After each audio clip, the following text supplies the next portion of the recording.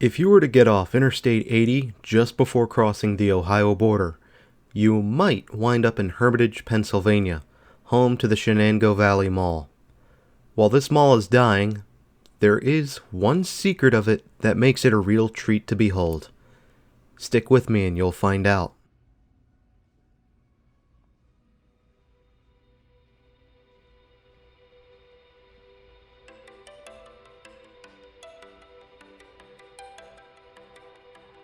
As a Crown American original, Shenango Valley Mall's roots could be traced back to March 1968 when it first opened, hosting W.T. Grant, JCPenney, and Sears as its first proper anchors.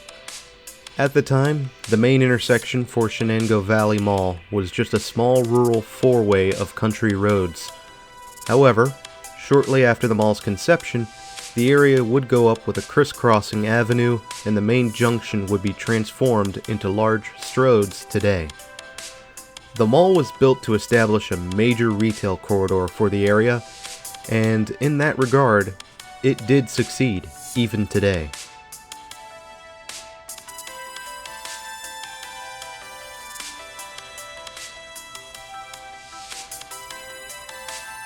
W.T. Grant would close early on, and the space would turn over to a store called Strauss in 1976.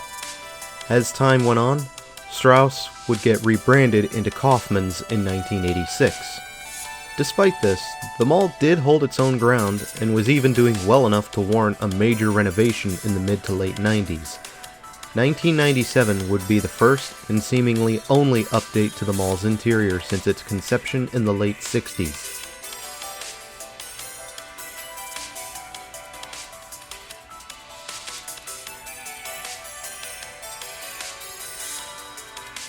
Priet would acquire ownership of the mall when Crown American went under in 2003, but seemed to see something they didn't like with the mall, leading them to sell it quickly to Lightstone Group in 2004. Around 2006, Kaufmann's would get rebranded once more into Macy's. But then, in 2009, Lightstone would walk away from the mall, and this would lead Shenango Valley Mall into receivership. Jones Lang LaSalle would then sell the mall off in 2010 to a shell company called JSMN Shenango Valley Mall.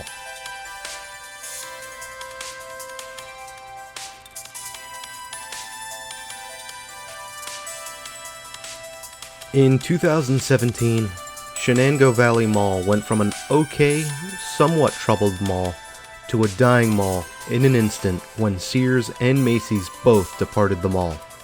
While Sears would remain in the form of an auto center on the edge of the lot, that and the Firestone Auto Center on site would end up getting damaged by a major storm.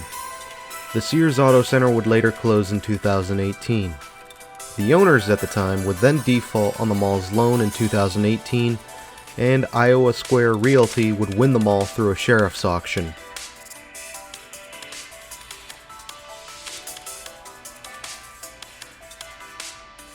Iowa Square Realty would end up in court over issues with maintenance, rent, and taxes, and eventually the mall would be passed on to GFM 23. This unassuming company would have direct ties to the McConnell family, whom owned the land that the mall sits on. The mall seemed to just come back around full circle, although its future was looking grim.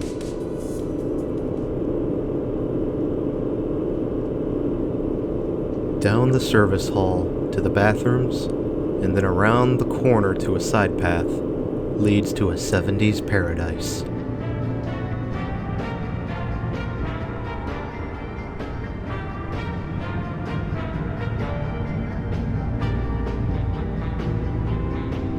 While we have a moment to talk about the mall, while the main halls are plain Jane 90s with just enough flair to avoid being bland, this little back corridor is an architectural time capsule. They don't build malls this way anymore.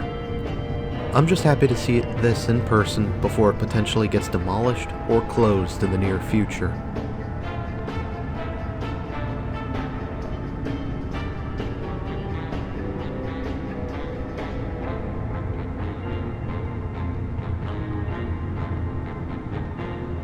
Hey, prospective developers that own this mall or plan on purchasing this mall.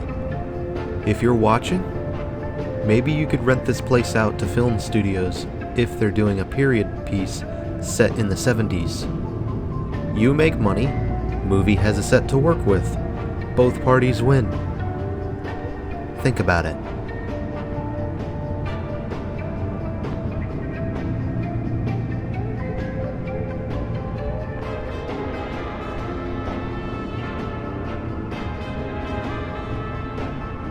Now, wasn't that just an awesome slice of mall history right there? If you get the opportunity, I would encourage you to come see it for yourself. Just be respectful of the space, as it does appear to need some rehabilitating.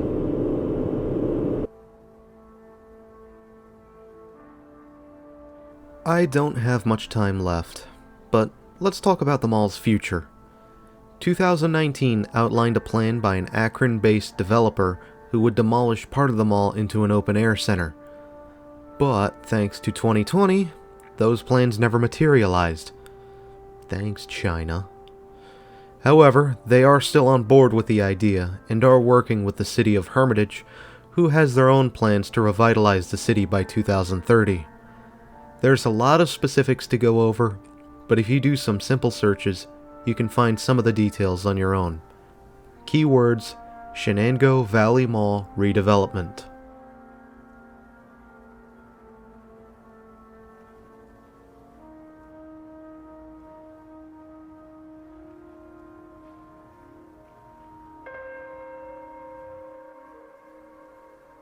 And that is about it for the Shenango Valley Mall. I hope you enjoyed this walk with me. Don't forget to like, subscribe, and share the video if you want others to see this place.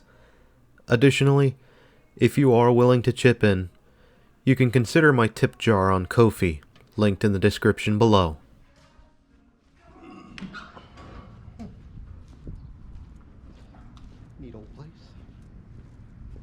Thanks for having me, Hermitage, and until next time, this is Doomy Grunt wishing you and the Shenango Valley Mall farewell and good luck in this mad, mad, mad world.